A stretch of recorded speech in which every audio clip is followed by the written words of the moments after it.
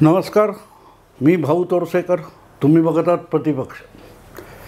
मित्रांनो, सराईत बदमाश असतात किंवा भामटे असतात, त्यांचा लोकांच्या मूर्खपणावर कमालीचा विश्वास असतो.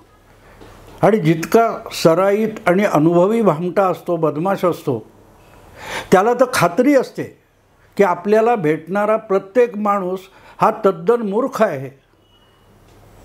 त्यामुळे त्याला आवळा दाखवून तो भोपळा आहे म्हणून सुद्धा आपण विकू शकतो.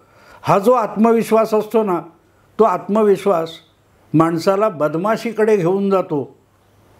पण तो आत्मविश्वास इतका पराकोटीचा होऊन जातो की आपण पकडले जाण्याची भीती अशा माणसांना उरत नाही. आणि मग अशी माणसं जेव्हा समाजात उजळ माथ्याने वावरायला लागतात, तेव्हा कधी ना कधी त्यांची इतकी नाचक्की होते की मिळवलेलं नावसुद्धा जमीनदोस्त होऊन जातं. आणि आजकालच्या राजकारणात वैचारिक मुखवटे चढवून बोकाळलेली एक मोठी जमात अशी आहे की आपण काल काय बोललो त्याच्या विरुद्ध आज टोकाचं दुसऱ्या बोलणारी ही जमात पुढे आलेली आहे. परत एकदा दुर्दैवाने शरद पवारांवर बोलावं लागतं आहे. आणि ते बोलावं एवढ्यासाठी लागतं की शरद पवार आणि तत्सम राजकारण्यांची, बदमाश राजकारण्यांची टोळी आता हळूहळू उघडी पडायला लागली आहे. ती जनतेसमोर कधीच उघडी पडली आहे, पण कायद्याचा आश्रय घेऊन ही मंडळी आपला मुखवटा वाचवायला धडपडत असतात. माध्यमांचा मुखवटा किंवा आश्रय घेऊन आपला फाटलेला मुखवटा जपण्याचा प्रयत्न करत असतात. आणि ती वेळ आता आलेली आहे, कारण आता कोर्टातसुद्धा यांच्यावर उघडं पडायची वेळ आलेली आहे. किंबहुना कोर्टसुद्धा शरद पवार सारख्यांचं वस्त्रहरण करायला लागलेलं आहे. तुम्हाला गंमत वाटेल की अचानक कोर्टामध्ये शरद पवार आले कुठून आणि कोर्टाने शरद पवारांचं वस्त्रहरण केलं म्हणजे काय. कारण शरद पवार आपला पक्ष आणि आपलं निवडणूक चिन्ह किंवा पक्षाचं नाव वाचवण्यासाठी या वयातही धडपडत बिचारे त्या निवडणूक आयोगाच्या सुनावणीला जातात, हे तुम्ही बघितलेलं आहे. आणि 80 वर्षाच्या बापाला एकटा जाऊ देणार नाही असं हळवेपणाचं आवाहन करत त्यांची तितकीच मानभावी कन्या सुप्रिया सुळेसुद्धा निवडणूक आयोगात जात असतात. असे शरद पवार किती सरसकट खोटं बोलतात त्याचा हा नमुना आहे. तुम्हाला आठवत असेल तर गेल्या वर्ष दीड वर्षामध्ये मोदी सरकार किंवा भाजपचं केंद्रातलं सरकार सूडबुद्धीने सगळ्याच्या सगळ्या तपास यंत्रणा आपल्या विरोधकांची मुस्कटदाबी करण्यासाठी राबवत आहेत. हा सरसकट विरोधकांचा आरोप राहिलेला आहे. आणि त्या आरोपामध्ये शरद पवार हे कायम अग्रेसर राहिलेले आहेत. आणि हे शरद पवार एक वाक्य बोलताना तुम्ही वारंवार ऐकलं असेल, गेल्या वर्ष दीड वर्षामध्ये हे ईडी वगैरे काय भानगड आहे आम्हाला माहितीसुद्धा नव्हतं. ईडी ही काय भानगड आहे ही आम्हाला माहितीसुद्धा नव्हतं. वास्तविक अगदी पंडित जवाहरलाल नेहरू होते त्या काळात ईडी नावाची तपास यंत्रणा सुरू झालेली होती. पण नेहरू माहिती असलेल्या शरद पवारांना ईडी नावाची भानगड माहीत नव्हती. आणि जितके शरद पवार हे सराईत आहेत खोटं बोलण्यात, त्यापेक्षाही अधिक कायदेशीर चाकोरीत बसून नाट्यमय खोटं बोलण्यामध्ये त्यांचेच एक जुने सहकारी कपिल सिब्बलसुद्धा वाकबगार आहेत. जितके शरद पवार खोटारडे तितकेच कपिल सिब्बलसुद्धा खोटारडे आहेत. आणि ह्याचा खुलासा किंवा त्यांच्या कुठल्याही असल्या अफवांना भाजपकडून उत्तर आलं की ते झिडकारलं जाणं हे आजकाल चालत राहिलं. पण ज्या सुप्रीम कोर्टावर आमचा विश्वास आहे असं परत परत शरद पवार किंवा त्यांच्या बरोबरीचे लोक बोलत असतात, त्या सुप्रीम कोर्टाचंच शरद पवारांचं एका न्यायाधीशांनी संपूर्ण वस्त्रहरण केले. अर्थात त्यावेळेला कोर्टात खुद्द शरद पवार हजर नव्हते, पण शरद पवारांचे जुळे बंधू म्हणावं अशा रीतीने सराईत असलेले खोटे बोलणारे कपिल सिब्बल हजर होते आणि वस्त्रहरण हे कपिल सिब्बल यांचं झालेलं आहे. कारण जे खोटं शरद पवार राजरोसपणे पत्रकार परिषदेत बोलतात, जाहीर सभेत बोलतात, तेच खोटं तितक्याच आवेशात आणि तितक्याच डायलॉगबाजीने सुप्रीम कोर्टात कपिल सिब्बल बोलायला गेले आणि बेला एम त्रिवेदी नावाच्या महिला न्यायाधीशांनी तिथल्या तिथे एक वाक्य उच्चारलं आणि कपिल सिब्बल यांचं सगळं अवसान गळून गेलं, वस्त्रहरण झालं. जी ईडी वगैरे काय जे छळतंय, सूडबुद्धीने वागतंय असं जे म्हटलं जातं, त्यावर त्या ईडीला CBIला लगाम लावा अशी याचिका मध्यंतरी 6-8 महिन्यापूर्वी सुप्रीम कोर्टात गेलेली होती. आणि ज्या PMLA कायद्याने ईडीला इतके मोठे अधिकार बहाल केलेले आहेत की आरोप ठेवायचा आणि समाधानकारक उत्तरं मिळाली नाहीत तर त्या व्यक्तीला अटक करायची, त्याची अगदी मालमत्तासुद्धा जप्त करायची, इथपर्यंत जे मोकाट अधिकार ईडीला मिळालेले आहेत तो कायदा आहे PMLA म्हणजे मनी लॉन्ड्रिंग ॲक्ट म्हणून जो कायदा करण्यात आला, त्या कायद्यामुळे हे ईडीला अधिकार मिळालेले आहेत.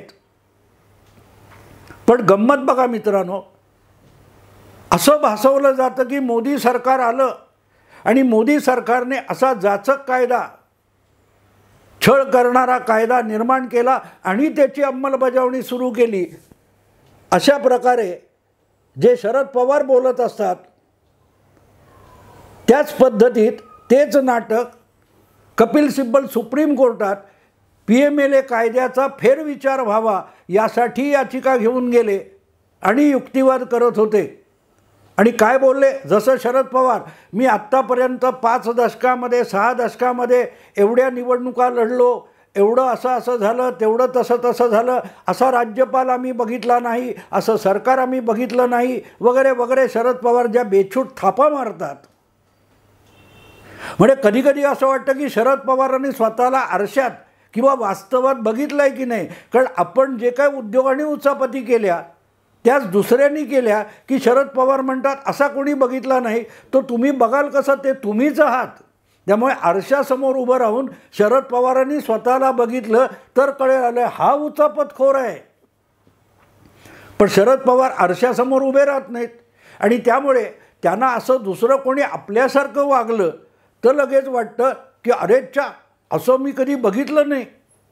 हे जे शरद पवार बोलतात तेच नाटक सुप्रीम कोर्टाच्या 3 न्यायमूर्तींच्या खंडपीठासमोर कपिल सिब्बल रंगवायला गेले होते. पण या न्यायमूर्ती बेला एम त्रिवेदी नावाच्या महिला न्यायमूर्तींनी एक वाक्य असा प्रश्न विचारला, एक प्रश्न एका वाक्याचा असा विचारला की कपिल सिब्बल यांचं साक्षात वस्त्रहरण होऊन गेलं, ज्याला पळता भुई थोडी होणं म्हणणं, अशी परिस्थिती कपिल सिब्बल यांच्यावर आली. आणि म्हणून मी ते शीर्षक दिलंय पवारांसारख्या. कारण कपिल सिब्बल झापावेत आणि शरद पवार बाहेर काढावेत, शरद पवार झाकावेत, कपिल सिब्बल बाहेर काढावेत, इतक्या बेछूट रीतीने आपल्या लांडी लबाडीला घटनात्मक, नैतिक आणि कायदेशीर वस्त्र चढवण्याचा प्रकार ही अशी मंडळी करत असतात, पवार आणि सिब्बल यांच्यासारखी. तर सिब्बल शरद पवारांच्या स्टाईलमध्ये सुप्रीम कोर्टाच्या सुनावणीत म्हणाले, मी 35 वर्षापेक्षा अधिक काळ सार्वजनिक जीवनात आहे, मी 35 वर्षापेक्षा अधिक काळ राजकारणात आहे, मी 35 वर्षापेक्षा अधिक काळ न्यायालयीन व्यवहारामध्ये वकिली करतो आहे, युक्तिवाद करतो आहे, पण या PMLA सारखा कायदा मी बघितलाच नाही, मी कधी ऐकलासुद्धा नाही. म्हणजे जणू काय असं चित्र रंगवायचा प्रयत्न कपिल सिब्बल करत होते की 2014मध्ये बहुमताने नरेंद्र मोदी हे पंतप्रधान झाले आणि त्यानंतरच हा PMLA कायदा अस्तित्वात आला, अंमलात आला. त्याच्यापूर्वी जणू काय असा कायदा नव्हताच. हा जो देखावा होता त्याला एका वाक्याच्या प्रश्नाची टाचणी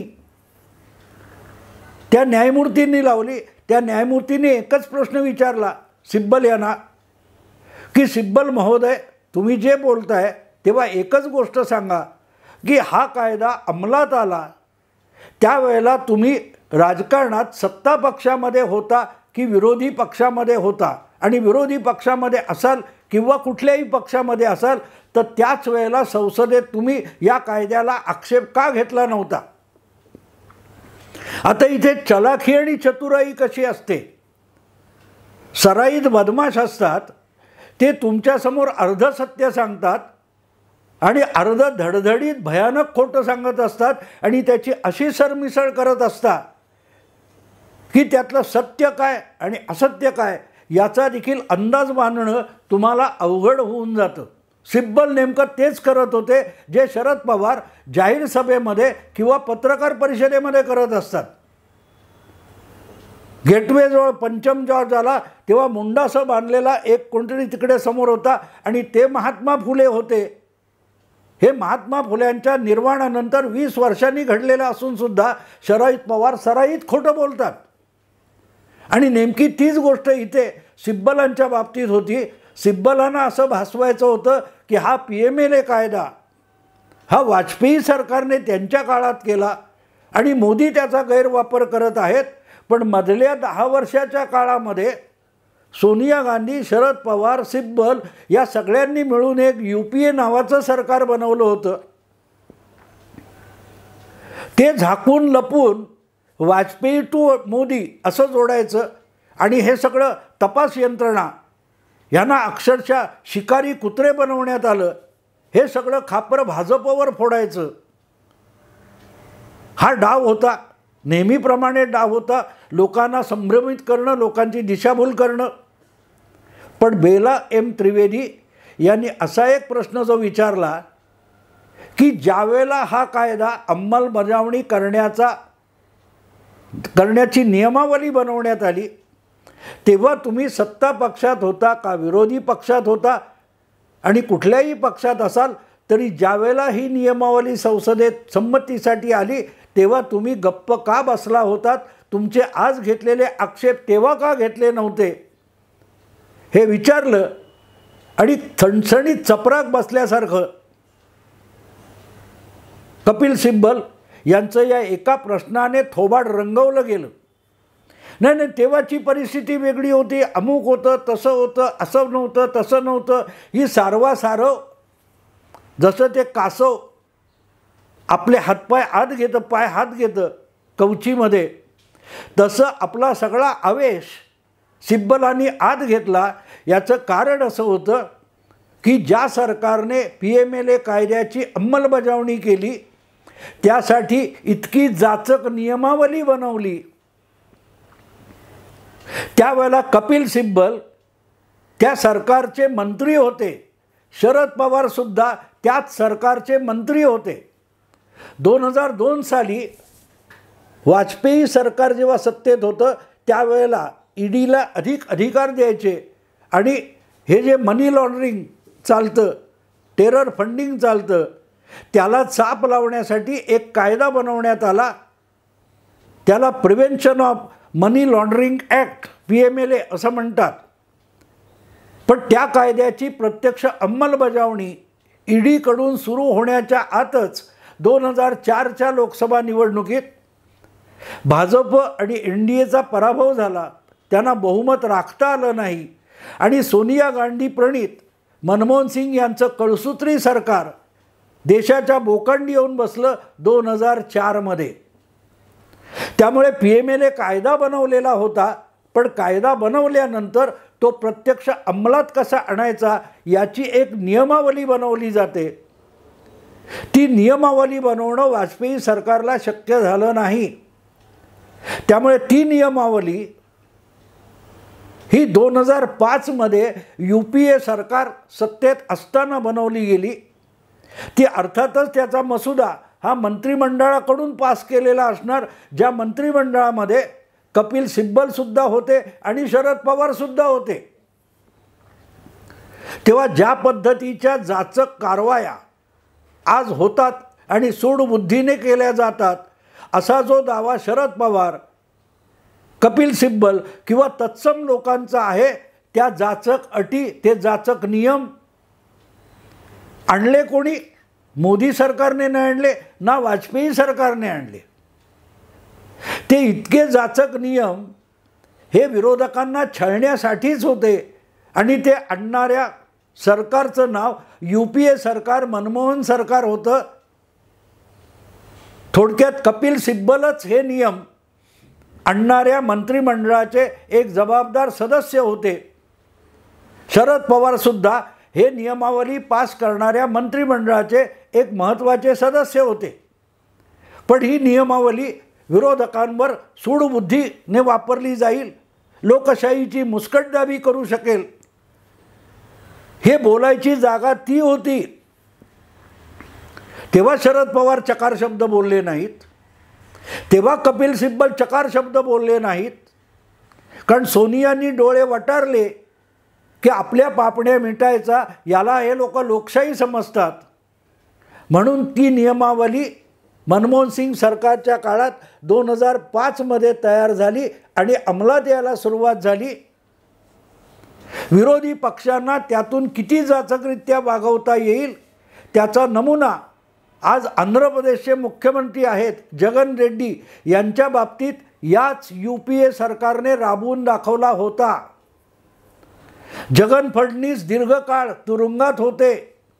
सोनिया गांधींचं ते ऐकत नाहीत म्हणून त्यांच्यावर पक्षाबाहेर पडण्याची पाळी आणली गेली. त्यांच्या मागे ED, इन्कम टॅक्स वगैरे सगळं लावून त्या माणसाला 2-2.5 वर्ष बिना जामीन तुरुंगात ठेवलं गेलं. तेव्हा शरद पवार कृषी मंत्री होते UPA सरकारमध्ये. तेव्हा कपिल सिब्बल टेक्नॉलॉजी किंवा मनुष्यबळ विकास वगैरे मंत्री होते मनमोहन सरकारमध्ये. आणि आपण PMLA कायदा पास केला, आपण PMLA कायद्याच्या अंमलबजावणीची नियमावली तयार केली आणि त्यानुसार सूड घेतला जातोय, हे दिसलं नाही.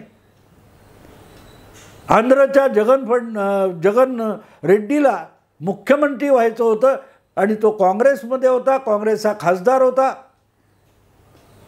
त्याला मुख्यमंत्री करायचं नाही आणि तरीही तो ऐकत नाही. म्हणून सोनिया गांधींनी त्याच्या मागे मनमोहन सरकारला EDचा ससेमिरा लावण्याची पाळी आली.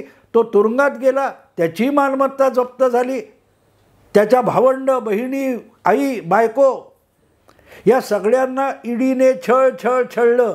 आज तो मुख्यमंत्री आहे. तेव्हा कपिल सिब्बल काय करत होते?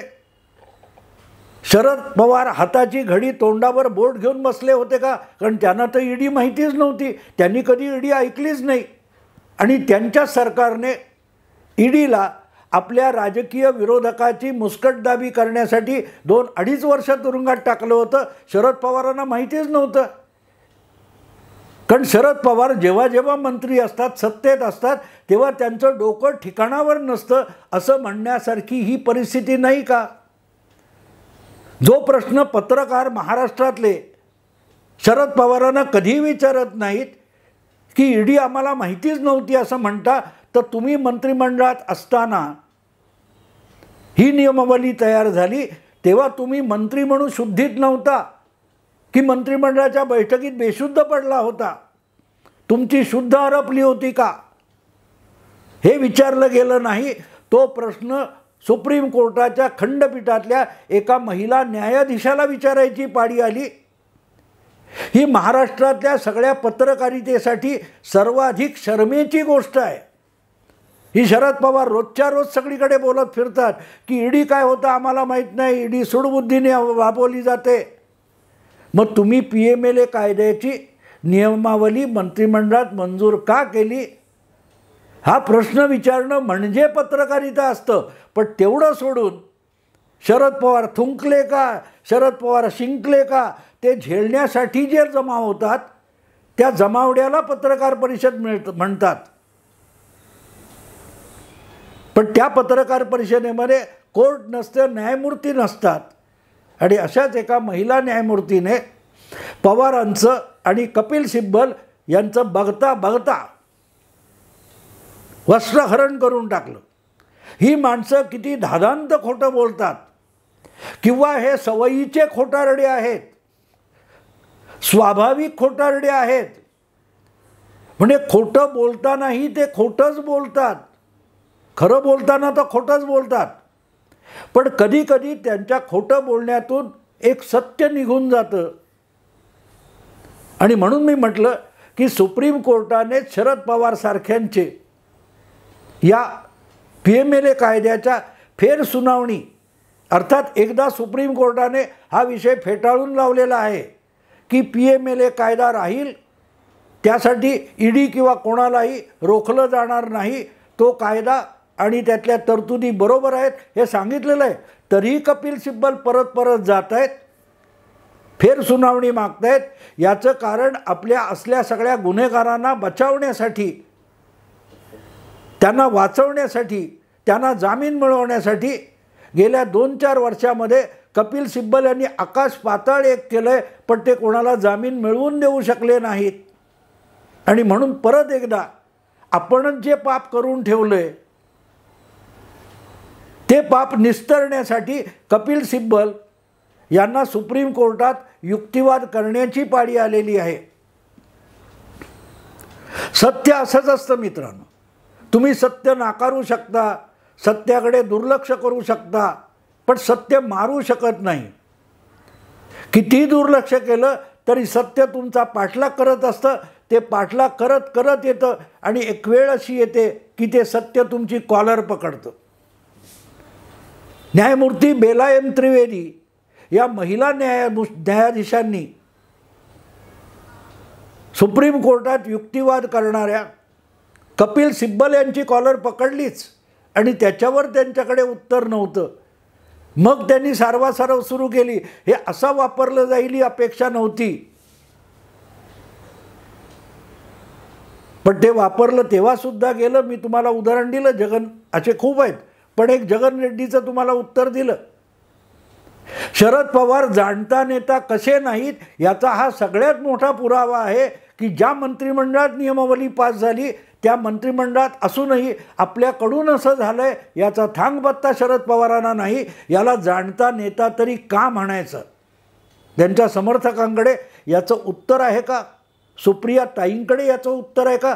जगातल्या सगळ्यांच्या चिंता वाहणाऱ्या सुप्रिया ताईंना आपल्या प्रित्याला स्मृतिभ्रंश झालेला आहे, त्याची चिंता नाही.